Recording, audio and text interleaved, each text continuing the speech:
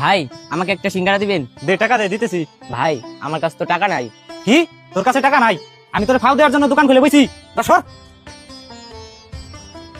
তুই আর ভুল হবে এই দোকানে সামনে আর কখন আসবি না।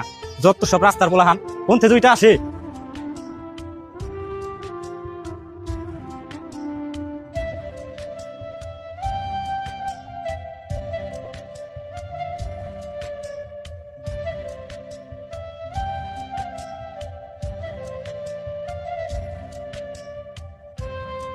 এই নাও ভাই, এই যে পানি আর বিস্কুট, এটা তোমার জন্য। এগুলা কি আমার জন্য? হ্যাঁ, এগুলো তোমার। ধন্যবাদ ভাই, আমার অনেক ক্ষুধা লাগছিল, আমি সকাল থেকে কিছু খাই নাই। কি বলো তুমি? এখন তো বিকাল 4টা বাজে, তুমি এখনো না খেয়ে আসো? তাড়াতাড়ি খেয়ে নাও। দাও, আমার কাছে দাও। এই নাও।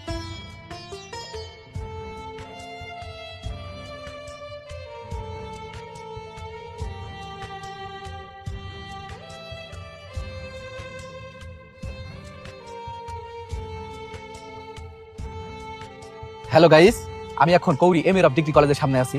আমি একটা কোম্পানির ইন্টারভিউ শেষ করে একটা খাবারের দোকানে খাবার খেতে বসছিলাম। ঠিক তখনই আমার নজর এই বাচ্চাটার দিকে পড়লো। এই বাচ্চাটি এই গরমের মধ্যে না খেয়ে মানুষের দুয়ারে দুয়ারে একটু খাবারের আশায় ঘুরে বেড়াচ্ছে। এটা দেখে আমার খুবই খারাপ লাগলো। এই কারণেই আমি ওকে 1 বোতল পানি আর 1 প্যাকেট বিস্কিট কিনে দিয়েছি। বন্ধুরা, আমি এই লাইভটি লাইক কমেন্ট শেয়ারে আসায় বা আমি একটা মহৎ কাজ করেছি এটা আপনাদের দেখানোর জন্য করছি না। আমার এই লাইভটি করার উদ্দেশ্য একটাই, আপনাদের কাছে আমি বিশেষভাবে অনুরোধ করছি, আপনাদের চোখের সামনে কোনো অসহায় লোক বা ছোট বাচ্চা যদি না খেয়ে থাকে, দয়া করে তাদেরকে খেতে দিবেন। হয়তো আপনাদের 50-60 টাকা খরচ হতে পারে, কিন্তু এই সামান্য উপকারের কারণে ওই লোকটির জীবন বেঁচে যেতে পারে। আর আপনাদের এই উপকারের কারণে আল্লাহ তাআলা খুশি হবে। ধন্যবাদ, সবাই ভালো থাকবেন। ভাই আমি আপনাকে একটা কথা বলবো। হ্যাঁ বলো, কি বলবা? আপনি কি ফেরেশতা? না।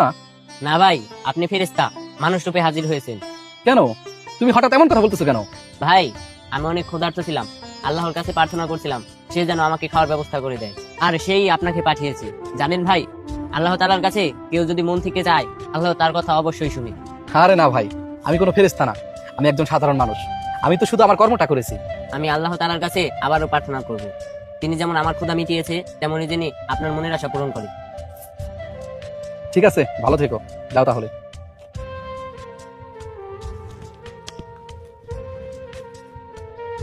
হ্যালো, আমি যে গ্রুপ কোম্পানি থেকে বলছি। আপনি কিছুক্ষণ আগে একটা ইন্টারভিউ দিতে এসেছিলেন, ইউ আর সিলেক্টেড। আর সমস্ত কাগজপত্র নিয়ে অফিসে চলে আসবেন।